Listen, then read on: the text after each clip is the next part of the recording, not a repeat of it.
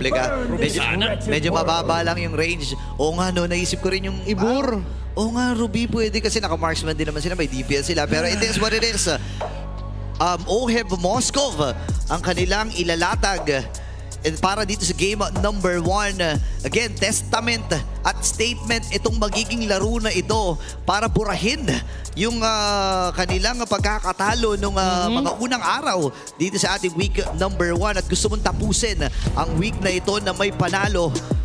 Pero sino ba panalo dun sa draft? I would say, in terms of execution, mas madali i-execute yung lineup ng TNC. There's a lot of requirements for the side of TLPH.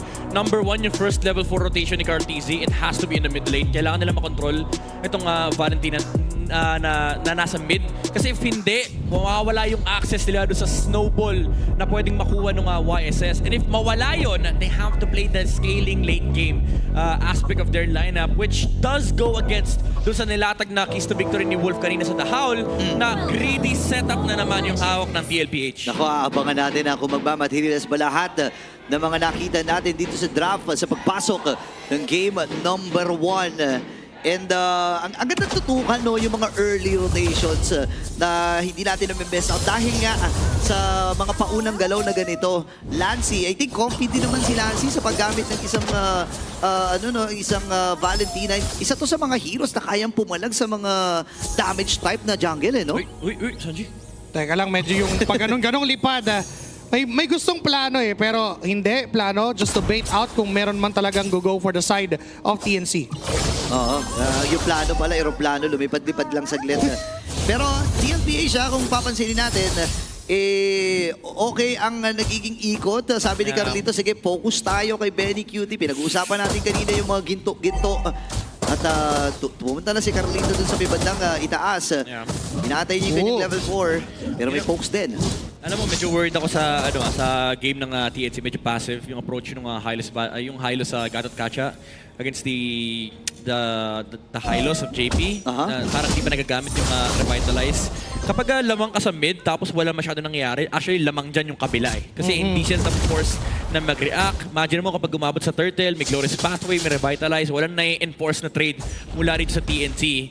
So for TLPH, masaya sila na passive yung ganap dito for TNC. Well, kailangan din naman nila considering na they have the Farsa and the Season Shin na makakailangan ng first item just to be efficient enough doon sa team fights. But merong ton na gustong gawin si Chakno. Hindi nga lang tumama yun. Handa si JP. At nagamit yung Revitalize niya even before the Turtle. Oh my gosh, sila pa yung na-forcean dito midnight. Yeah. At least, nasunod naman sa plano na yung first level 4 rotation, lahat sila nasa mid.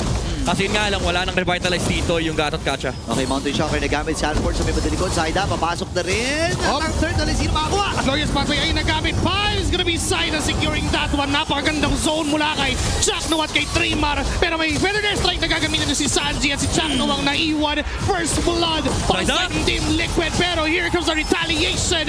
JP down. Trimar ang kapalit. 2-1 pero hawak ng TNC yung Turtle kaya naging even ang palitan. Yeah. Hayaan nyo magluto si Sanji. Pero may nakakapagluto din sa may bandang itaas. Pero laki ng inilamang ng TL doon, in terms of kill, mas masaya dito yung TLPH, but also in terms of objectives and sabihin na nating individual resources, I would say mas malaki yung pinanalo ng TNC kasi kinailangang umalis ni Ohoib sa lane na mayapa buhay dito ni Benny Cutie. Pero for TLPH, unfortunately for Carl TZ, hindi siya makapasok kasi nandoon yung Phobos din sa may unahan and hindi rin naging enough sa TLPH para mapigilan si Zaida na mag-dash in. Kasi literal, tinawin na lang ni Zaida si Sanford on the lapu-lapu. So overall, I would say both sides are still happy with what happened. Yun nga lang, ang pinakamasaya talaga sa nangyari for these two teams is si Sanji at si Benny Cutie. Oo, nakadalawa kagad si Sanji dito and malaki-laki rin kalahati yung naplato niya dun sa may bandang itaas. 3 minutes and 30 seconds dito sa laban na ito. Kanina pinag-uusapan natin about dito sa gold laners natin. Ano ba nagiging itsura ng gold laner na to? Gold lane matchup natin. Pero mamaya mo na sagutin yan. Kasi dun sa may bandang iba may nangyari. Pero sa itaas may nangyari din. So na Team Liquid Philippines wanted that kill. Pero hindi tatama yung mga patak ng feathered airstrike from Sanji. Si TLPH, sila pa yung gumagawa ng moves sa mapa. Ito yung window na kung saan allowed talaga silang gumawa ng play, especially with the Mountain Shocker. Pero at least nare-repel naman ng TNC. Yun nga lang, again, kapag na may lineup ng TLPH, medyo sila pa yung scaling kasi hawak pa nila yung Moskov. So for TNC, they have to play not just accordingly against TLPH, pero at some point, sila dapat yung gumawa ng moves laban sa TLPH. Nakakatuwa panoorin si Sanford at dito si Trimar. Kala mo nanonood ka ng Crash Gear na nagbabanggaan. Walang magkakapatayan kasi ganun lang ang nangyayari sa kanila. Pero Bungguan lang yun eh. dito ata magkakaroon ng patayan dahil ikalawang pagong ay available na at si Sanford nakita at namataan niya si Chakno. Alam nila nakalahati ang buhay ni Chak Mamba. Masyadong low yung Gatot Katsa at pipigilan pa ni Sanford yung dalawa. Even Benny QT di makalapit pero doon sa Turtle, nandun yung tatlo. Nandiyan na yung Glorious Pathway na ilatag. Meron airstrike na gamit. But this at the SOD. But kanino yung Turtle. It's gonna be on the hands of Carl DT at si Chak nung may iiwan. Tahabulin pa na ibang members ng Team Liquid Philippines. Ang TNC and even si Trimar ay makukuha nila. Ngayon yung kaninang even ay nilamang na ng Team Liquid. Oh my gosh, ang laki talaga ng nilamang ng Tia doon. Paano ba nagsimula yung team fight? Well, first of all, again, yung Gatot Kacha na napababa yung kanyang HP, na paggamit ng Revitalize, it allowed TLPH to have a better setup in the Turtle. Counter-response na lang yung ginawa dito ng TNC. Unfortunately, may CC immunity kasi yung YSS. In the Turtle Pit, kahit paabutan sila ng AOG, kayang-kaya niyang i-bypass yung frontliners dito ng TNC. And also yung zoning mula doon sa Feathered Airstrike kay Sanji. Again, it's just the first move advantage dito for TLPH yung nagbibigay sa kanila ng objective control laban sa TNC. Mainit ang mga gold leaders natin na Oheb and Sanford dito sa laban na ito. And Carlito ay bumasag na rin sa may bandang itaas. Ngayon kung titignan natin doon sa Infinix in-game equipment, meron na rin namang War Axe dito si Zaida. Pero ang yayaman na ng ilan sa mga players dito ng TL ha. Lalo si Oheb, napakayaman. In-game and in real life. Patapos na yung kanyang golden stuff if I'm not mistaken. And lamang siya ng 700 gold over the Granger. So this does mean na yung TLPH nakukuha nila yung death ball requirement, yung death ball situation na nakita natin kanina sa laro ng Twisted Minds. And ngayon, napapasok na tayo sa medyo kalagitnaan ng ating laro and kailangan ng agarin ng TNC yung mga bagay-bagay, lalo na hindi rin nagiging malaya dito si Benny QT. Feathered Airstrike, ibinitawan na ni Sanji para lang maka-zone. Pasok din si Carlito, labag yung Glorious Pathway pero mapipigilan din naman ng TNC yung pagkakabasag sa gitna. And may reset din na gagawin ng TL. Naiwasan talaga nila yung gustong gawin ng Team Liquid Philippines, which is to secure the turret down. Pero Sanford na paggamit ng Bravest Fighter, Zaida ay tumahilang para tumakas doon. Pero may Turtle na pwede pag-agawan. May conceal pa na binitawan si JP. Dalawa galing sa baba, dalawa galing sa gitna. Ngayon iipitin nila ang TNC. Si Chakno magiging target. Tinamaan sa isang araw, Mountain Shocker ay nagamit. Pero bumaba yung buhay ng Turtle. Kay Zaida pa rin mapupunta. Chakno, Trimar, doon sa likod ng punteriya kasi yung Glorious Pathway na paatras. Talagang mapapaatras ka sa damage. Double kill from Zaida. And now si JP ang tatargetin nila. Apat na members, may mga bala. At sa pool naging numero ng Sky Piercer ni Benny QT. Napakatindi ng pagbawi ng TNC doon. Ang ganda ng pwesto na tinake over dito ni Zaida at pati na rin ni Chaknu. TLPH, pinilit nila yung Turtle na yun. Napilitan si Cartesi na gamitin yung Mountain Shocker for the added vision. Unfortunately, lumaban kagad yung TNC. Sinubukan niyang ibato yung barko doon sa Turtle para makuha yung retribution. Pero nandoon kasi yung Lancelot.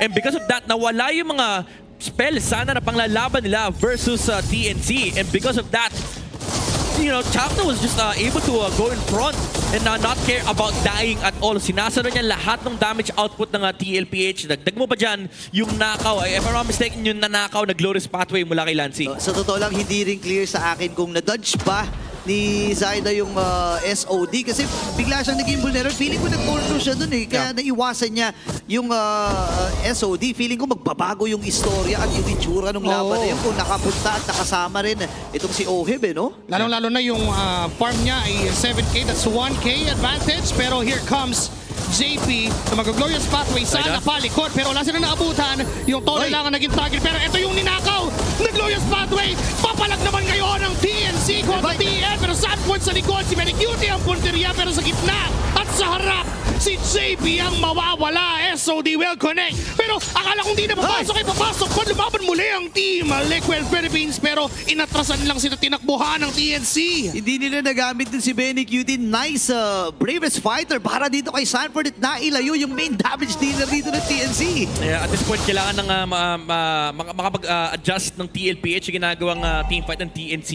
Kasi ang ginagawa na ni Carl TZ pati na rin ni Sanford is, ni Sanji, is kinokombo nila yung Feathered Airstrike and Mountain Shocker. It's similar to what they did nung Turtle Fight na parang ginamit yung mga teamfight spells. So medyo awkward na rin yung Glorious Pathway na nilatag ni JP. They wanted to find a pick-off before the team fight started. But after that, since na-exhaust na lahat ng mga team fighting skills dito for the side of TLPH, Lancy, once again, with the Glorious Pathway, the stolen Glorious Pathway, restarts the fight for TNC. Ibang klase talaga, pero ibang klase rin ang Infinix Handcam na nakikita natin ngayon kay Zaida.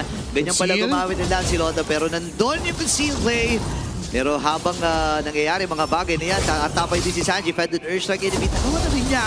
Habang flow lang sa gitna Teka. ginagawa din yung Oheb. Si JP yata ang uunahin, pero here comes the offensive Glorious Pathway para kay JP. Kaso nga lang may ipis si Restart. Trimar, si Chaknu Gitna. ay nag-catch ng ton, pero doon sa gitna nagpe-pressure lang si Oheb with that Moskov, kaya napilitang umatras ang TNC. Binate lang, nung nakita nila na 5 ang TNC. Diretso kagad si Oheb sa pagbasag. Kumbaga, yung TNC, na-reach naman nila yung condition nila. Nalaro nila yung team fight skills ng TLPH. Kaso sabi nila, itong si Oheb KJ. Pwede na sana kami lumaban, kaso kailangan depensahan yung middle lane. Ngayon ang problema nila, this is where the Moskov takes over the game. Yung Moskov advantage, the map advantage that they have. TNC, hindi na silang pwede magdikta ng mga teamfight basta-basta kasi kailangan nilang depensahan yung mga lanes Uy! nila. Bigla na lang nag-switch ng target at si Chaknu ang binigyan. Meanwhile, Sanford just zoning 3 members from the gang of TNC. Tumalon-talon si Trimar sa kanyang Infernal Pursuit. Hindi na kinaya ng buhay niya. Nasalahin yung damage output ng mga members ng TLPH. Meanwhile, JP dying also. Nandyan si OM, Spirit of Misery. Dash palayo. Hindi pa na-decide na bad ng execution kaso wala na siyang dash para habulin pa ng tuluyan. Si OM. Sanji. Sanji. Nag-aabang doon sa may bandang damo. Nag-aanap ng target. Si Benny Cutie namataan niya. Pero kinakot lang para hindi makasunod dun sa Lord. Ibang klase yung palitan dito at si Benny Cutie hindi rin talaga makapwesto ng maayos. Though meron siyang mga kills na nakukuha kanina, pero hindi magamit ng gusto yung advantage ng range. Hindi siya komportable kasi nandiyan lagi si Sanford, nandiyan lagi si JP na willing mag-dive sa kanya. Yeah. Tsaka galing pa siya sa top lane so medyo delay yung pag-start ng team fight dito for TNC. Good plays coming out from Zaida though. The good thing about their lineup is their ability to chase. Nang hawak nila yung Phobius, yung Lancelot, even yung Valentina kasi ninanakaw niya lang yung Glorious Pathway ni JP. So kailangan pa rin mag-ingat ng TLPH dito pagdating sa mga engages. But again, one thing that they have going for their side is yung advantage na pwede nilang iwan itong Moskov sa may top lane. Kahit i-delay ng TNC yung pag-start ng team fight, super reliable na kayang gawin ng TLPH is i-reset lang nila yung Lord paulit-ulit. Alam mo, gamit na gamit nga yung global presence ng Mountain Shocker dito. No? Isipin mo yon, kita mo kagad kung saan nakapwesto and kung may pagkakataon itong si Oheb nag-split push, pwede niyang ituloy yun. Oo. Di ba? Pag alam niyang libre, yung lane na gusto niyang i-pressure, typically the dead baka lane, mag-conceal to. doon sa opposite side, pero Yan na. ayan na yung Conceal. conceal. Mountain Shocker? Nakita, Mountain Shocker nakasabay, hinat mo yung target, si Zaida yata ang makikita, pero yung barko itatama sa Pulvina Feathered Airstrike. Yung combo ng range ay nasa TLPH pala, and this time si Trimar ay naipit na lang doon sa 3 miyembro and si Sanford doon jump to zone. Sabi ni AOJ! JP, let me catch the bullet for you! At siya na talaga sumalo ng lahat ng damage output. Ngayon, babalik ng TLPH. Oheb, Sanji! yung mga sipat, hindi tumama yung SOD. 4 na tutumba, and this time, Benny Cutie na lang na mag-isa. Oheb! Hinabol pa. Kamuntik-muntikan nga lang ang buhay ni Oheb na mamatay, pero yung Lord ay libre sa kamay ng Cavalry. 7 seconds para kay Trimar TZ. Kakalmahan ng Team Liquid Philippines dahil kukunin na nila yung Lord. Pero grabe yung sequence na yun, Midnight. Kanina pa pala nila hinahanap yung combo na yan. Finally, they find the right strive. Conceal with the Glorious Pathway, with the Mountain Shocker, getting all the vision and the bait ni Carlito the Great, yung Thorn Rose ni Zyda. Kaya naman finally tumama yung Mountain Shocker and Feathered Airstrike. 3 times the charm. 3 beses nilang trinay yun. Finally nahanap nila si Zyda. Tumama rin talaga pero tatamaan din ata si Saida dito sa kamay ni Sanford. And ngayon, kailangan ding kapitan ng CNC yung mga clear wave na natitira at meron sila rito. Lordy nasa may bandang itaas. Pero Team Liquid Philippines, baka ulitin nila yung ginawa nila kanina. Ayan na. Mountain Shocker. Nasa gitna yung magiging target, si Zyda medyo Yan na nasaktan dun sa mga pakalapit-kalapit. At yung Aray! Mountain Shocker at yung Feather Aray! Airstrike napilitan na mag-AOG si Chakno pauwi. Kaya libre na yung mga turret on the side of TLPH. Now yung taas ay tumba, babae giba. Yung gitna na lang ang natitira para sa TNC. Nag-uubos na dito ang Team Liquid Philippines. Ngayon kakalmahan lang muna nila ng bahagya kasi Lord ang ta-target din dito ng CNC. Pero ito na, round number 2. Papasok sila muli, maghahanap. Hindi niya natamaan si Sanji doon sa ton na gusto niyang gawin. Glorious Pathway, para lang doon sana mang slow. Pero umatras muna ngayon ang TLPH. Ang sexy ni Sanji. Grabe na ba? Yung unbreakable na ankle break. Yung unbreakable na break. Na break eh. Gumiling yung ibon. Gano'n eh. Sa bagay, na-break the code nga eh. Paano pa yung unbreakable? Tama. Iba talaga ang Team Liquid Philippines dito sa laban na ito. Pero hindi pa rin imposible para sa TNC. Pero ang gusto ko lang malaman, Midnight, ano pa mga kondisyon pa na kailangang iset dito at kunin ng TNC para kahit paano makahabol at mapaliit itong lamang ng TLPH?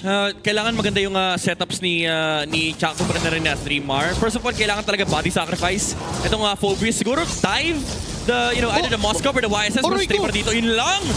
Nasaktan siya doon sa mga papitik-pitik Oh, my ni goodness. Carlito. At bigla na lang din yung Glorious Pathway ay ginamit para sana mang slow pero di namatay si Trimmer naman doon. Okay, medyo mas mahirap na yung condition ngayon ni Streamer kasi ngayon wala siyang flicker. So yung body sacrifice, medyo prayer na yung kailangan ng TNC. Kailangan magkamali sa pwestuhan itong TLPH and kailangan magmilagro din ni Zyda. Oo, pero yun yung mahirap kapag di ka antay ka lang ng pagkakamali ng iyong kalaban. And lalo na, kilala natin ang Team Liquid Philippines fresh from MSC Ayan na naman, Championship. Nagamit yung Mountain Shocker. Medyo malayo naman si Daddy JP para gamitin yung kanilang usual na combo na paulit-ulit nilang ginagawa. Pero si Chakno masyado malalim Pinalambot siyang bigla ng mga banat si Bat pero may AOG Warning ay shot. makakatakas pa si Chakno but mukhang tatanggalin nun yung fact na makakontest ang TNC sa Lord. Sabi ni Carl, OF, tingin. Tapos, pagbato ng spear, nasa base na yung gatot eh. Masyado malayo din eh. And at least nakita Tumaplis. natin yung kakayahan talaga ng lineup ng TLPH dito. Kahit sino ay kaya na nilang Uy, teka tunawin. lang. Reset ang gagawin nila dito sa Okay, Lord. Shocker. Paano yung gagamitin din? Si Trimmer naman ang may ipit doon sa harapan at mawawala na lang bigla ng mabilis. Sanford connecting that stun from the bravest fighter. Immortality kay Benny Cutie ginamit para sana makasurvive pero naipit na ng ipit. 4 men down and make it 5 no more immortality for Benny Cutie and a maniac for the GOAT himself. Goal! DZ and Team Liquid Philippines will secure this game 1. Sinabayan pala mga flex ng